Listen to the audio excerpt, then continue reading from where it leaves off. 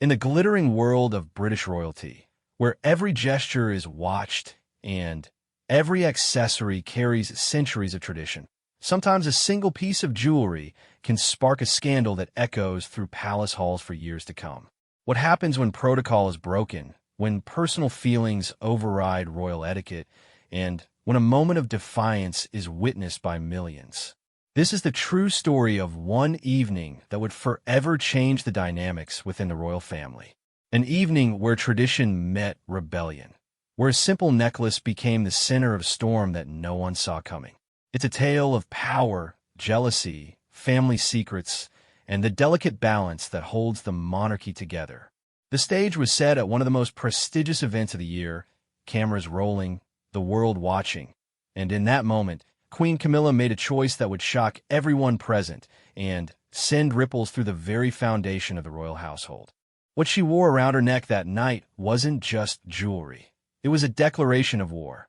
The afternoon sun cast long shadows across the manicured gardens of Windsor Castle as Lady Sarah Mitchell, the Queen's personal dresser, carefully arranged the evening's jewelry selection in the royal dressing room. Each piece lay perfectly positioned on velvet cushions, their precious stones catching the light like captured stars. Tonight was the annual Children's Charity Gala, one of the most photographed events on the royal calendar, and every detail had to be perfect. Sarah had been with the royal household for over 15 years, long enough to understand the unspoken rules that governed every aspect of royal life.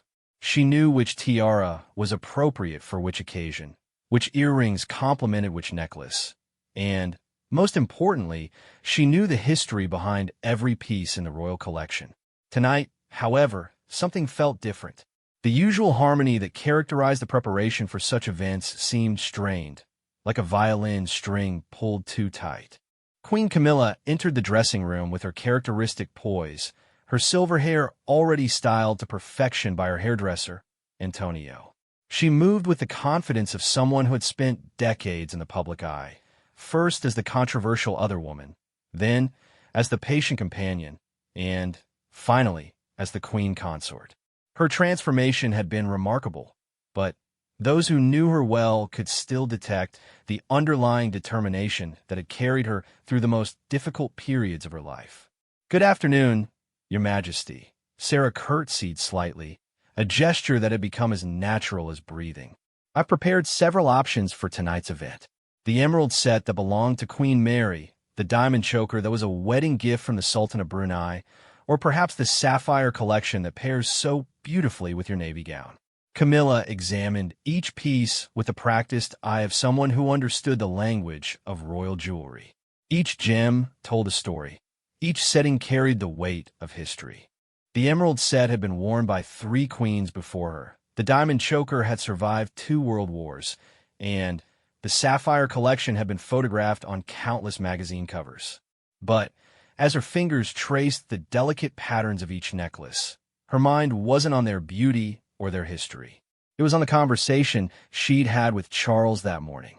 The king had been in his study, surrounded by the usual mountain of red boxes containing state papers, when she'd knocked on his door.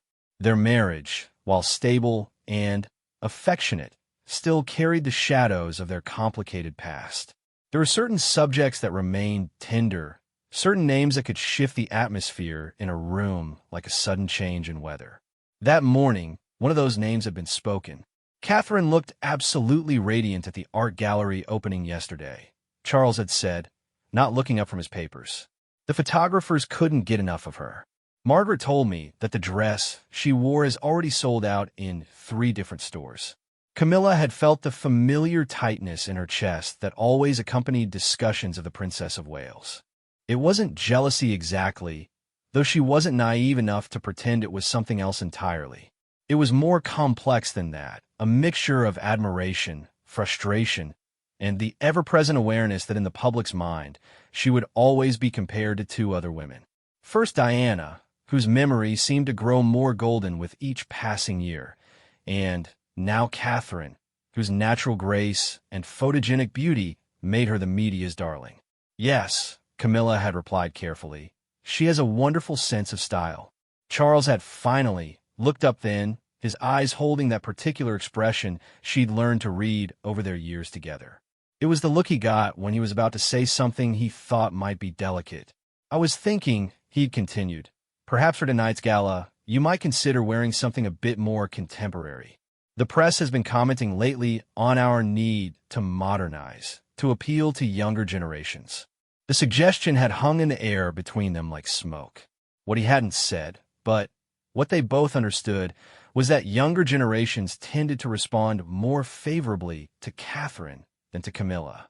It was an uncomfortable truth that palace staff whispered about in corridors, and that polling data confirmed with brutal honesty. Catherine's approval ratings consistently soared, while Camilla's remained respectably, but not enthusiastically positive. Now, standing in her dressing room hours later, Camilla's fingers moved past the traditional pieces Sarah had selected and reached for a small, locked jewelry case that sat apart from the others. She produced a delicate key from her purse and opened the case with deliberate slowness. Inside, nestled in midnight blue velvet, lay a necklace that made Sarah intake her breath sharply. The lover's knot necklace was legendary, even among the extensive royal collection. Created by House of Gerard in 1818, it featured 19 Baroque pearls hanging from 19 diamond arches, with diamond lover's knot bows between each arch. The piece had been a favorite of Queen Mary, who had worn it frequently in the early 1900s, but its more recent history was what made Sarah's eyes widen with concern. This was the necklace that Diana, Princess of Wales, had worn to countless engagements during her marriage to Charles. It had been photographed on her hundreds of times, becoming almost as iconic as her engagement ring. After her death, it had been carefully stored away, too laden with memory and emotion to be worn by anyone else. When William had married Catherine, there had been speculation about whether she might inherit some of Diana's jewelry, but the necklace had remained in the vault, untouched and unworn for over 25 years. "Until now, Your Majesty," Sarah began carefully, her voice barely above a whisper, "are you certain about this choice? Perhaps we should consult with the king first, or with the jewelry curator. This piece has such significant history." Camilla finished, her tone crisp but not unkind. "Yes, Sarah, I'm well aware of the history. I was there for most of it, remember?" The words carried weight beyond their surface meaning. Camilla had indeed been there, watching from the shadows as Diana had worn this very necklace to state dinners and charity galas, to premieres and polo matches. She had seen it photographed in newspapers and magazines, had watched it sparkle under television lights during interviews that had sometimes contained barely veiled criticism of her own relationship with Charles. Sarah's hands trembled slightly as she helped Camilla clasp the necklace around her neck. The weight of the pearls and diamonds seemed to settle against the queen's throat like destiny itself. In the mirror, the reflection showed a woman transformed not just by jewelry, but by the audacity of wearing it. The necklace looked different on Camilla than it had on Diana. That much was immediately clear. Where it had been romantic and fairy tale-like on the young princess, on Camilla it appeared regal and commanding, like armor made of precious stones. "It suits you beautifully, Your Majesty," Sarah said, though her voice still carried uncertainty. Camilla studied herself in the mirror, tilting her head to see how the light caught the diamonds. "Do you think it does?" she asked, but it wasn't really a question. She could see for herself how the necklace complemented her coloring, how it added an element of grandeur to her already impressive presence. "I think Diana would approve. She always said jewelry should be worn, not hidden away in boxes." The comment was vintage Camilla, simultaneously gracious and pointed. She had a talent for acknowledging difficult truths while also asserting her own position, a skill honed through decades of navigating impossible social situations. Tonight, that skill would be tested like never before. As the final touches were applied to her ensemble, a midnight blue gown by one of her favorite designers, Camilla felt a familiar surge of the determination that had carried her through every challenge in her life. She had faced hostile crowds, scathing newspaper headlines, and the coldness of a public that had loved Diana and blamed her for the marriage's failure. She had endured it all and emerged not just survived, but triumphant, crowned queen consort at an age when most women were settling into quiet retirement. The sound of footsteps in the corridor announced the arrival of Charles, who was coming to escort her to the waiting cars. Their convoy would travel to the mansion house in the city of London, where 500 guests were already gathering for an evening that would raise millions for children's charities. The guest list read like a who's who of British society, from cabinet ministers to celebrity ambassadors, from business leaders to hereditary peers. What none of them knew was that they were about to witness a moment that would be dissected and analyzed for years to come. In choosing to wear Diana's necklace, Camilla had made a decision that went far beyond fashion or jewelry. She had chosen to confront the past head-on, to claim her place not as Diana's replacement, but as Charles's chosen partner, the woman who had earned her position through patience, persistence, and an unshakable belief in her own worth. The door opened, and Charles entered, resplendent in his evening wear, the various orders and decorations of his rank glittering on his chest. His eyes immediately went to Camilla's throat, and for a moment, time seemed suspended between them. His face showed surprise, then recognition, then something more complex, an emotion that was part admiration and part concern. "My dear," he said slowly, his voice carrying the weight of decades of shared history, "that's quite a choice." Camilla met his gaze steadily. "I thought it was time," she said simply. Charles moved closer, his fingers reaching up to gently touch one of the diamond bows. "You know there will be talk," he said quietly. "There's always talk," Camilla replied. "At least tonight, we'll give them something worth talking about." Outside, the Royal Protection officers were conducting their final security checks while the drivers warmed up the official vehicles. The press photographers were already in position along the route, and at the venue, their cameras ready to capture every detail of the royal arrival. None of them suspected that they were about to photograph one of the most provocative fashion choices in recent royal history. As Charles offered Camilla his arm, and they prepared to leave for the evening, neither of them could have predicted the full scope of what would unfold. They knew the necklace would be noticed, commented upon, perhaps even criticized. But they couldn't have foreseen how quickly the story would spread, how many different interpretations would be placed on Camilla's choice, or how one piece of jewelry would become the center of a storm that would test the very foundations of royal protocol and family loyalty. The stage was set, the players were ready, and the curtain was about to rise on an evening that would be remembered long after the charity funds had been distributed and the thank you letters had been written. In the glittering world of royal watchers and palace intrigue, the lover's knot necklace was about to make its most controversial appearance yet.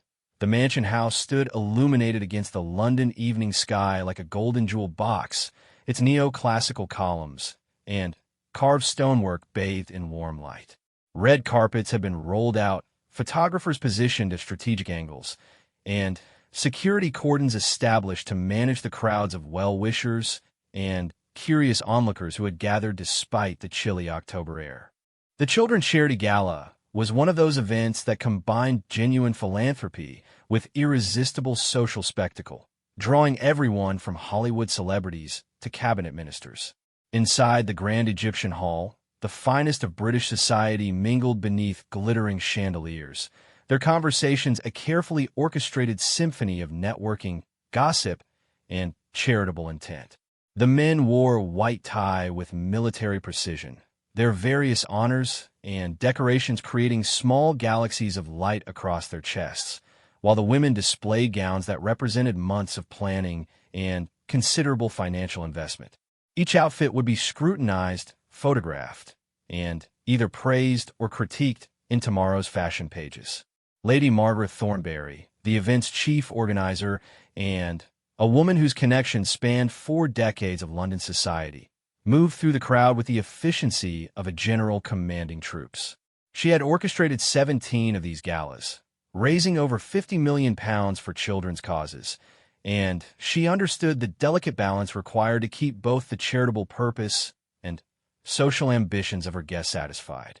Tonight felt particularly charged, though she couldn't quite identify why. Any word on the royal arrival time? asked Sir David Pemberton, the evening's master of ceremonies, checking his pocket watch for the third time in 5 minutes. His nervous energy was palpable. Hosting an event attended by their majesties was both an honor and a responsibility that could make or break reputations. The motorcade left Windsor precisely on schedule, Margaret replied, consulting her jeweled watch. They should arrive within the next quarter hour. Everything is prepared. She paused, studying his anxious expression. David, you've done this dozens of times. What's different tonight? Sir David couldn't articulate his unease, but it was there nonetheless, a subtle tension that seemed to permeate the evening.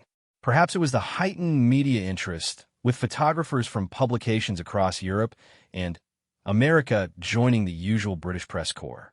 Perhaps it was the particularly illustrious guest list, which included several foreign dignitaries and 3 Oscar winners.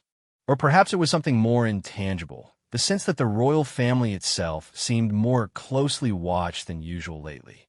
The recent months had seen increased scrutiny of the monarchy's relevance and cost, with Republican voices growing bolder and polling numbers showing concerning trends among younger demographics. Every public appearance now carried additional weight. Every gesture analyzed for signs of either strength or weakness in the institution's foundation. Meanwhile, in the royal Bentley moving smoothly through the London traffic, Camilla sat perfectly poised beside Charles, her hands folded calmly in her lap, despite the magnitude of what she was about to unveil to the world. The lover's knot necklace felt heavier than its actual weight, each pearl and diamond carrying decades of memory and meaning. She had worn Diana's jewelry before, but never anything so immediately recognizable, so laden with history. Charles had been unusually quiet during the journey, his attention apparently focused on the briefing papers for tonight's speeches. But Camilla could sense his awareness of the necklace, the way his eyes occasionally drifted to it before returning to his documents. Their marriage had weathered many storms, and they had learned to navigate difficult waters together, but tonight felt different. Tonight, she was charting a course entirely her own. The Children's Hospital in Manchester has reported remarkable progress with their new wing, Charles said suddenly, breaking the silence. The funds raised tonight will support similar expansions across the country.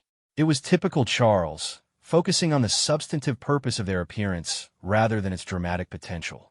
Camilla admired this quality in him, his genuine commitment to the causes they supported, his ability to see beyond the pageantry to the real impact of their work.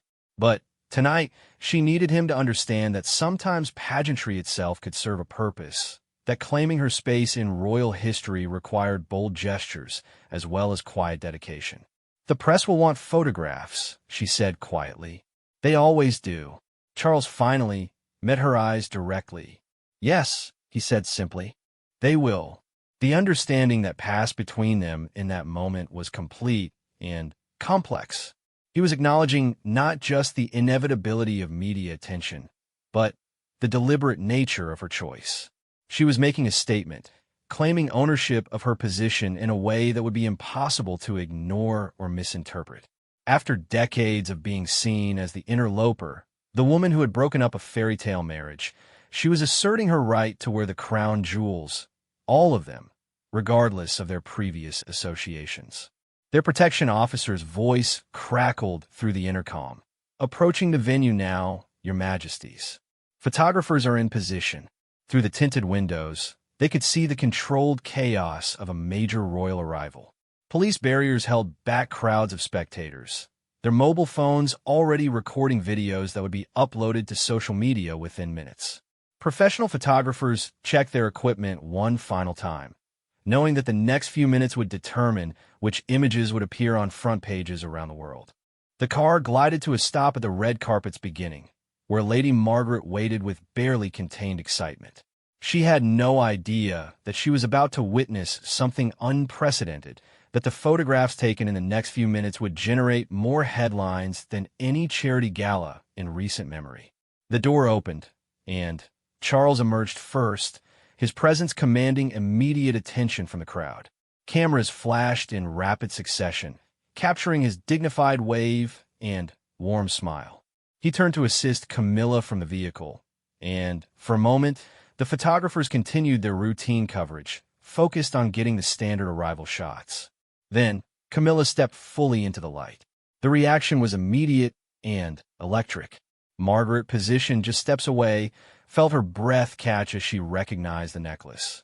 Several photographers actually paused, their cameras lowering slightly as they processed what they were seeing. In the crowd of onlookers, those with knowledge of royal jewelry began pointing and whispering, the excitement spreading through the ranks like wildfire. "My God," whispered James Morrison, royal correspondent for the Telegraph, to his photographer colleague. "She's wearing the lover's not necklace. Diana's necklace." The photographer, Sarah Chun, was already adjusting her lens settings, her professional instincts overriding her shock. "Are you certain?" "I mean, absolutely certain. I've photographed that piece 100 times, James replied, his voice tight with excitement. "It's been locked away since Diana's death. No one's worn it in public since 1997. Around them, other journalists were having similar realizations. Mobile phones appeared, messages were sent to editors, and the story began its journey from red carpet observation to global news phenomenon. Within minutes, notifications would ping on devices across the world as news outlets rushed to be first with the story. Camilla, supremely aware of the attention but determinately composed, walked the red carpet with the confidence of someone who had earned her place there. The necklace caught the camera flashes and the overhead lights, creating a spectacular display that would translate beautifully in photographs. She had chosen well. The piece was photogenic in a way that would ensure maximum visual impact. Lady Margaret, recovering from her initial shock, moved forward to greet the royal couple with practiced warmth. "Your Majesties, welcome to the Children's Charity Gala. May I say, Your Majesty, how absolutely stunning you look tonight." It was a diplomatic response, acknowledging the obvious without venturing into commentary about the specific choice of jewelry. Margaret had survived decades in high society by knowing when to observe and when to question, and tonight was definitely a time for observation. "Thank you, Margaret," Camilla replied graciously. "The cause is so important, and the turnout looks magnificent." As they moved toward the entrance, Charles's hand rested lightly on Camilla's back, a gesture of support that the photographers captured enthusiastically. His expression remained pleasant and engaged, but those who knew him well might have detected a slight tension around his eyes, the subtle signs of a man navigating unexpected territory. Inside the mansion house, word of Camilla's dramatic jewelry choice was spreading through the crowd with the speed of electricity through water. Conversations paused mid-sentence as guests turned to catch their first glimpse of the necklace. Social media was already exploding with posts from attendees who had managed to capture photos during the arrival. "Did you see?" Lady Catherine Wessex whispered to her companion, the renowned art dealer Sir Anthony Price. "She's wearing Diana's lover's not necklace. I can hardly believe it." Sir Anthony, who had known both Diana and Camilla through various social connections over the years, studied the approaching queen consort with the analytical eye of someone accustomed to evaluating priceless artifacts. "It's certainly a bold choice," he murmured, "though one has to admire the audacity." The evening's planned schedule continued around these undercurrents of excitement and speculation. Guests were invited to view the silent auction items, which included everything from luxury holidays to private shopping experiences, all donated to support the children's charities.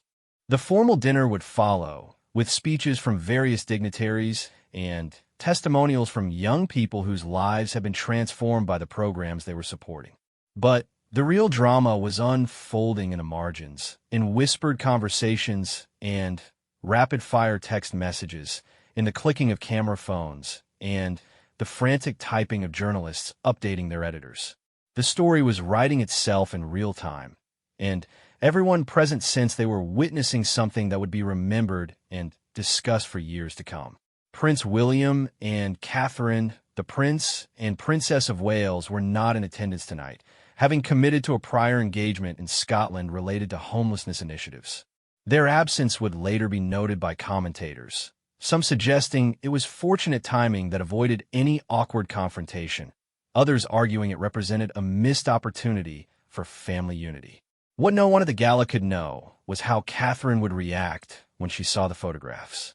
The lover's knot necklace had been offered to her when she married William, but she had chosen to focus on pieces with less emotionally complicated histories. She had her own relationship with Diana's memory, her own way of honoring the mother-in-law she had never met, and wearing that particular necklace had not felt appropriate. As the evening progressed through its carefully choreographed phases, the jewelry choice became the evening's primary narrative. Guests found themselves discussing not just the charitable cause or the excellent food, but the symbolism and audacity of what they had witnessed. Some interpreted it as a healing gesture, a way of bringing Diana's memory forward in a positive context.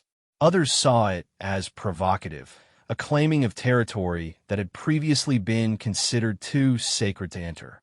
Camilla herself moved through the evening with remarkable poise, accepting compliments on her appearance with gracious smiles while engaging substantively with guests about the children's charities being supported. She spoke knowledgeably about literacy programs and mental health initiatives, proving once again that her commitment to royal duties extended far beyond mere appearance. But the necklace remained the evening star, catching light from every angle, creating photo opportunities that would dominate tomorrow's newspapers and social media feeds. By the time the dessert course was served, hashtags related to the necklace were trending on multiple platforms, and news editors across 3 continents were redesigning front pages to accommodate this unexpected story. The evening was far from over, but already it was clear that this would be remembered as the night Queen Camilla made her boldest statement yet about her place in royal history. The reverberations would extend far beyond this elegant room, touching family relationships, public perceptions, and the very nature of how the modern monarchy dealt with its complicated past. The moment of truth arrived during the evening's formal speeches, when the royal couple was invited to the podium for their address to the assembled guests. As they rose from their seats at the head table, every camera in the room swiveled toward them, and the subtle lighting change from dinner ambience to presentation illumination made the lover's knot necklace absolutely unmistakable to every person present. Charles stepped to the microphone first, his bearing regal and composed despite the undercurrent of electricity that seemed to pulse through the room. His speech about the importance of supporting disadvantaged children was eloquent and heartfelt, delivered with the practiced ease of someone who had given thousands of such addresses over 5 decades of public service. But even as he spoke about literacy programs and mental health initiatives, a significant portion of the audience's attention remained fixed on the spectacular necklace adorning his wife's throat. "The young people we support tonight," Charles continued, his voice carrying clearly through the magnificent hall, "represent not just our future, but our present responsibility. When we invest in their education, their health, and their well-being, we invest in the kind of society we wish to build together." The words were powerful and genuine, reflecting his lifelong commitment to youth-focused charities. But in the social media age, even the most meaningful speeches competed with visual drama for public attention. Photographers positioned around the room captured every angle of the necklace, their telephoto lenses ensuring that no detail would be lost in tomorrow's coverage. When Charles finished speaking to warm applause, he turned to Camilla with a slight bow, inviting her to address the gathering. This was not unusual. The Queen Consort regularly spoke at such events, and her presentations were typically well received. Tonight, however, as she approached the microphone, the tension in the room was palpable. Camilla took a moment to survey the audience, her eyes moving across the sea of expectant faces. She could see the curiosity, the excitement, the barely contained speculation about her jewelry choice.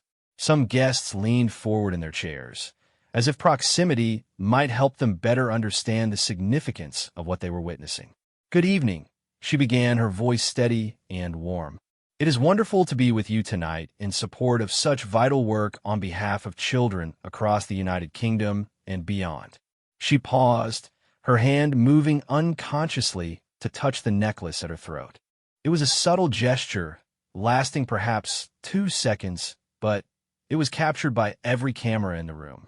In that moment, she seemed to acknowledge the weight of what she was wearing, both physically and symbolically.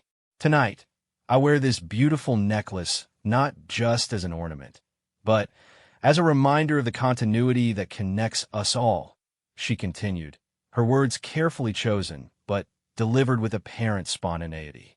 The jewelry in the royal collection belongs not to any individual, but to the institution itself, to be worn and cherished by those who serve in each generation. The statement was masterful in its diplomatic precision. Without mentioning Diana's name or acknowledging any controversy, Camilla had contextualized her choice as institutional rather than personal, as a celebration of continuity rather than a provocative gesture. Yet everyone in the room understood exactly what she was saying. She had every right to wear any piece in the collection, regardless of its previous associations. The same is true, she went on, of the work we do in support of causes like those we celebrate tonight. Each generation builds upon the foundations laid by those who came before, adding their own contributions while honoring the legacy they inherited. Margaret Thornberry, watching from her position near the stage, felt a surge of admiration for the Queen Consort's composure. In acknowledging the necklace directly, Camilla had deflated much of the speculation while simultaneously asserting her authority to wear it. It was a political masterstroke, disguised as gracious acknowledgement. The speech continued with specific references to the charities being supported, statistics about childhood poverty and educational inequality, and personal anecdote from Camilla's visits to youth programs around the country. Her passion for literacy initiatives, in particular, came through clearly as she described meeting young people whose lives have been transformed by access to books and reading programs. I have seen firsthand, she said, her voice taking on greater intensity, how a single book, a single moment of connection with a caring adult, can change the trajectory of a child's entire life. That is why we gather tonight, why we support these programs, and why we must never underestimate the power of believing in young people's potential. The applause was enthusiastic and sustained, reflecting genuine appreciation for both her words and her long-standing commitment to these causes. But even as guests clapped, cameras continued to focus on the necklace, and phones buzzed with incoming messages as news editors around the world scrambled to update their coverage. As the royal couple returned to their seats, the evening's program continued with a presentation from several young beneficiaries of the supported charities. Their stories were moving and inspiring, testimonials to the real-world impact of the funds being raised. A teenager from Liverpool spoke about how a literacy program had helped her discover her love of writing. A young man from Birmingham described how mental health support had helped him overcome trauma and pursue his education. A girl from Cardiff shared her dreams of becoming a doctor, made possible by scholarships funded through charitable donations. These presentations provided a necessary reminder of the evening's true purpose, grounding the glamour and speculation in genuine human impact. Yet the visual drama of the necklace continued to dominate social media coverage, with posts and comments multiplying exponentially as the story spread beyond royal watchers to mainstream audiences. In the Palace of Holyrood House in Edinburgh, Prince William and Catherine were concluding their own charitable engagement when word of the London story reached them. Their private secretary, James Harrison, received a discreet phone call from Kensington Palace and immediately requested a private word with the prince and princess. "I'm afraid there's been something of a development at tonight's gala in London," Harrison began carefully. The Queen Consort chose to wear a particularly significant piece of jewelry that's generating considerable media attention. William, still in his formal evening wear from their Scottish engagement, looked puzzled. "Significant how?" "She's wearing the lover's knot necklace, sir. Your mother's necklace." The silence that followed was profound. Catherine, who had been reviewing thank you notes from their evening's host, looked up sharply. Her expression was unreadable, but those who knew her well would have recognized the slight tightening around her eyes that indicated deep thought. "I see," William said finally, his voice neutral but carrying undertones that suggested significant emotion held carefully in check. Has there been any statement from the palace? Not as yet, sir. The evening is still ongoing, and I believe the communications team is assessing the situation. William and Catherine exchanged a look that communicated volumes without words. They had built their marriage and their public roles on careful consideration of how their actions would be perceived, particularly regarding Diana's memory. The decision to avoid wearing certain pieces of her jewelry had been made jointly, out of respect for the complicated emotions such choices might evoke. We should return to London tomorrow as planned, William said after a moment. And perhaps we should have a conversation with Papa about family coordination on such matters. It was a diplomatic way of expressing what was clearly significant concern about the broader implications of Camilla's choice. The royal family operated as a team, and major decisions that could affect public perception were typically discussed in advance. Tonight represented either a breakdown in that consultation process or a deliberate decision to act independently. Back in London, as the gala moved into its final phase with dancing and continued mingling, Camilla found herself surrounded by guests eager to compliment her appearance and, more subtly, to gauge her thoughts about the evening's dramatic jewelry choice. She handled each interaction with practiced grace, deflecting direct questions while accepting compliments warmly. Your Majesty, approached Lord Pemberton, one of the evening's major donors. Might I say how magnificent that necklace looks on you?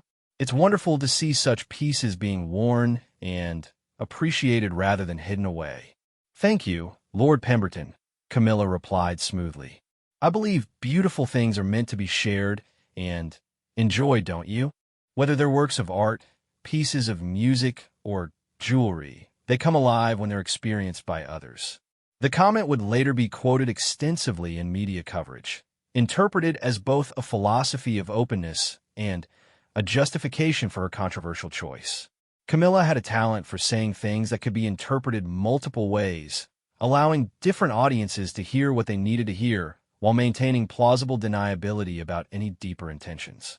Charles, meanwhile, moved through his own conversations with his characteristic blend of genuine interest in people's work and careful avoidance of potentially inflammatory topics.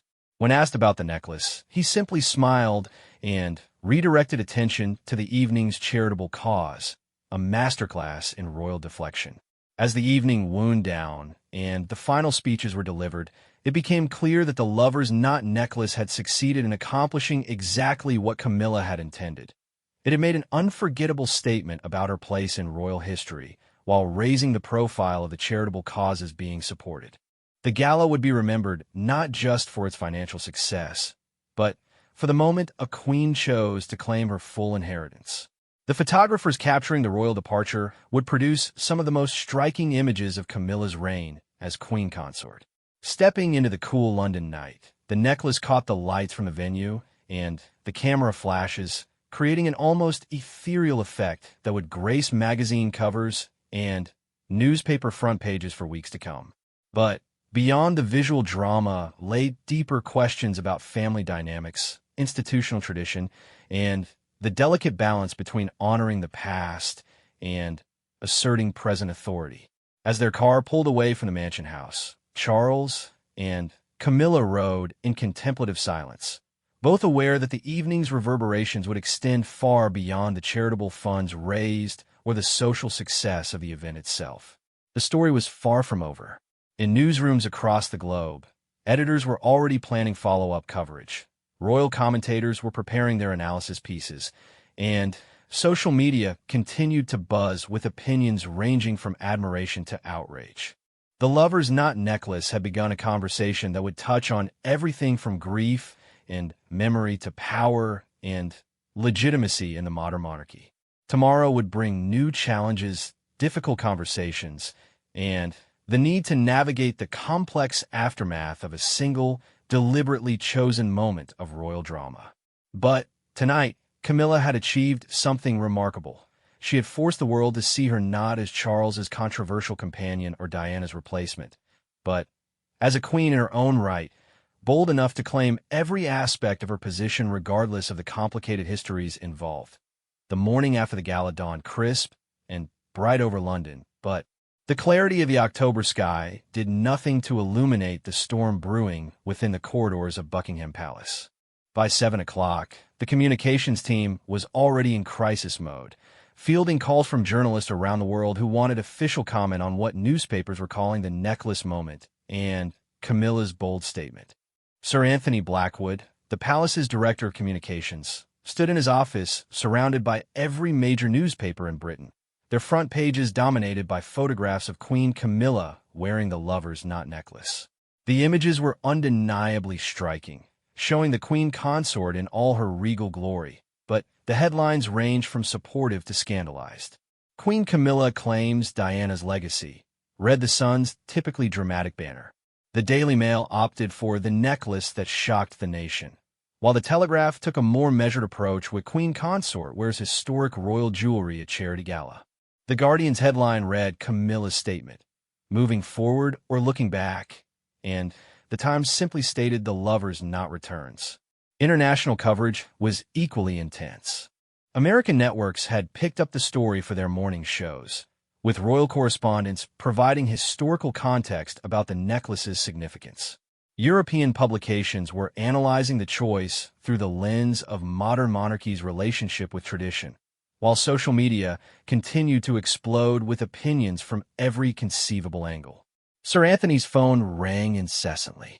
Producers from Good Morning America, BBC Breakfast, and Sky News all wanted official palace comment, while magazines were already commissioning experts to write analysis pieces about the jewelry choice's deeper meaning. The story had achieved that rare quality of appealing to both royal watchers and mainstream audiences, combining visual drama with genuine historical significance. Meanwhile, in the private apartments of Clarence House, Charles was having his morning tea while reviewing the coverage with a mixture of admiration and concern. He had always respected Camilla's intelligence and political instincts, but last night's choice had been bold beyond anything he had anticipated. The photographs were magnificent, he had to admit, but the potential consequences were still unfolding. The Times editorial is actually quite supportive, he murmured to his private secretary, who was briefing him on a media response. They're calling it a symbol of institutional continuity rather than personal appropriation. Yes, sir, but the public response on social media is more divided. There are strong feelings on both sides, particularly among younger demographics who were very attached to Princess Diana's memory. Charles set down his teacup with a slight tremor that might have been emotion or simply the weight of decades carrying the burden of public scrutiny. And William? Have we heard from William? The Prince of Wales has requested a private meeting with you this morning, sir. He and the Princess of Wales returned from Edinburgh earlier than planned. This was not unexpected, but it was still concerning. Charles had worked hard to rebuild his relationship with his elder son after the difficult years following Diana's death and his subsequent marriage to Camilla. William had eventually accepted his father's choice and developed a respectful relationship with his stepmother, but certain subjects remained delicate between them. At Kensington Palace, William was indeed preparing for a conversation he had hoped never to have. Catherine sat beside him in their private sitting room, both of them still processing the implications of the previous night's events. The lover's knot necklace held particular significance for Catherine, who had been offered the opportunity to wear it on multiple occasions but had always declined, feeling it was too emotionally charged. I need to understand whether this was planned or spontaneous, William said to Catherine, his voice tight with controlled emotion. If it was planned, then the family consultation process has completely broken down. If it was spontaneous, then we have a different kind of problem. Catherine, ever diplomatic, tried to find a balanced perspective. Perhaps she felt it was time to bring the piece back into regular use. The jewelry does belong to the crown, technically speaking. But, it's not that simple, William replied. That necklace is photographed and documented more than almost any other piece in the collection. Everyone associates it specifically with my mother. For Camilla to choose it now, for such a high-profile event, sends a very particular message. The message they both understood was about power and legitimacy. By wearing Diana's most recognizable necklace, Camilla was asserting her right to every aspect of her position as queen consort, regardless of the emotional complications involved. It was a bold move, but one that could be interpreted as either healing or hurtful, depending on one's perspective. Their private secretary knocked and entered with an update. "Sir, ma'am, I've been in contact with Clarence House. His Majesty is available for a private meeting at 11 o'clock, if that suits your schedule." William nodded grimly. "Please confirm that, and let them know the Princess of Wales will accompany me." This was significant. Catherine's presence would underscore the seriousness of their concerns while also demonstrating family unity. It would be a diplomatic meeting, but one with real stakes for the future dynamics of the royal household. Back at Clarence House, Camilla was having her own morning briefing, though hers focused more on the positive outcomes than the potential problems. Lady Sarah Mitchell, her dresser, had been fielding calls from fashion magazines wanting to discuss the styling choices, while her private secretary updated her on the charitable response to the gala. The children's charity has already reported that their website donations have increased by 300% since last night, her secretary reported with evident satisfaction. Several major donors have called to increase their commitments, and there's been renewed interest in the literacy programs Your Majesty supports. This was exactly what Camilla had hoped for. The attention generated by her jewelry choice was translating into real benefits for the causes she championed. Whatever personal or family complications might arise, the charitable impact was undeniably positive. "The necklace certainly achieved its purpose," she said with quiet satisfaction. "Sometimes drawing attention to oneself serves a larger purpose." Her lady-in-waiting, Mrs. Jennifer Phillips, ventured a more cautious observation. "There's been some criticism, Your Majesty, particularly on social media, where some people feel the choice was inappropriate." Camilla waved dismissively. "There's always criticism, Jennifer. The question is whether one allows criticism to prevent one from doing what one believes is right. I wore a beautiful piece of royal jewelry to a charitable event where it would generate maximum positive attention for worthy causes. I fail to see how that could be inappropriate." It was vintage Camilla, practical and slightly defiant, focusing on outcomes rather than sensitivities. She had spent decades navigating public criticism and had developed a thick skin for negative opinions. What mattered to her was the impact on the causes she supported and her own sense of having claimed her rightful place in royal history. The 11 o'clock meeting at Clarence House took place in Charles's private study, a room lined with books and filled with personal photographs spanning decades of royal life. William and Catherine were shown in by a footman, and the atmosphere was formally polite but undeniably tense.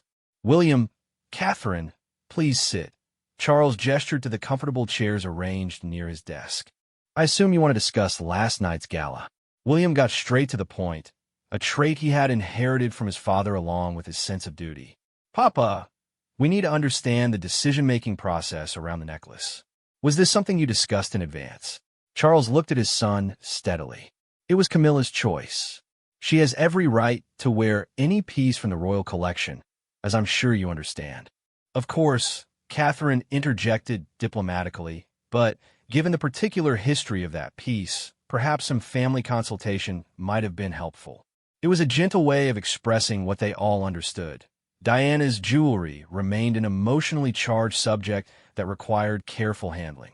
The lover's knot necklace wasn't just any piece from the collection. It was specifically associated with memories that were still painful for Diana's sons and, by extension, their own families. Charles felt the familiar weight of trying to balance multiple loyalties and perspectives. His marriage to Camilla had been built on patience and understanding, and he respected her independence and judgment. But he also recognized his son's legitimate concerns about how Diana's memory was handled in public contexts. "I understand your feelings," he said carefully, "but we cannot forever treat certain pieces as untouchable." Diana herself believed that beautiful things should be worn and enjoyed, not locked away as monuments. William's jaw tightened slightly. But surely the timing and context matter. This was clearly intended to make a statement. And perhaps, Charles replied, it was time for that statement to be made. The conversation continued for nearly an hour, with all parties trying to navigate between personal feelings and institutional considerations. No one raised their voice. No harsh words were exchanged, but the fundamental tension remained. How to honor the past while embracing the present. How to respect Diana's memory while allowing Camilla to fully inhabit her role as queen consort. Catherine, with her usual diplomatic skill, eventually suggested a path forward. Perhaps what matters most now is how we handle the aftermath. The choice has been made, the photographs have been taken, and the public response is what it is. Our focus should be on maintaining family unity while supporting the positive outcomes for the charities involved. It was wisdom born of experience and careful observation of royal dynamics. Catherine had learned that sometimes the best response to controversy was to absorb it gracefully while redirecting attention to substantive work. The meeting concluded with polite but strained cordiality. No apologies were offered or demanded. No promises extracted about future jewelry choices. The family would weather this storm as they had weathered others, through a combination of dignity, duty, and the passage of time. Over the following days and weeks, the story evolved and expanded. Fashion magazines commissioned historical pieces about Diana's jewelry collection. Royal biographers offered analysis of what the necklace choice revealed about modern monarchy's relationship with its own history. Social media debates continued, with passionate defenders on both sides of the question. But perhaps most significantly, the children's charity reported record-breaking donations and volunteer applications in the weeks following the gala. The attention generated by the controversial jewelry choice had translated into tangible benefits for the causes Camilla supported, validating her belief that sometimes personal controversy could serve larger purposes. The lover's knot necklace was carefully returned to its place in the royal collection, but its brief return to public view had achieved something remarkable. It had forced a conversation about memory, legitimacy, and the evolution of institutions. It had demonstrated that even in the 21st century, symbols retained their power to move and provoke. Months later, when asked about the evening during a private interview, Camilla would reflect with characteristic directness. I wore a beautiful necklace to a charitable event where it generated attention and donations for worthy causes. If that created some discomfort for some people, I regret that. But I don't regret claiming my place in the institution I serve. It was perhaps the perfect summary of a woman who had spent decades proving her right to belong, who had transformed herself from controversial figure to respected queen consort through persistence, service, and an unshakable belief in her own worth. The lover's knot necklace had provided her with one final opportunity to make that point unmistakably clear, and she had seized it with both hands. The gala had ended, the photographs had been taken, and the headlines had been written. But the reverberations continued, reminding everyone that in the delicate balance of modern monarchy, sometimes it takes a moment of calculated audacity to clarify exactly where power lies and who has the right to exercise it. Queen Camilla had worn Diana's necklace, and in doing so had claimed not just a piece of jewelry, but her complete inheritance as Charles's chosen queen.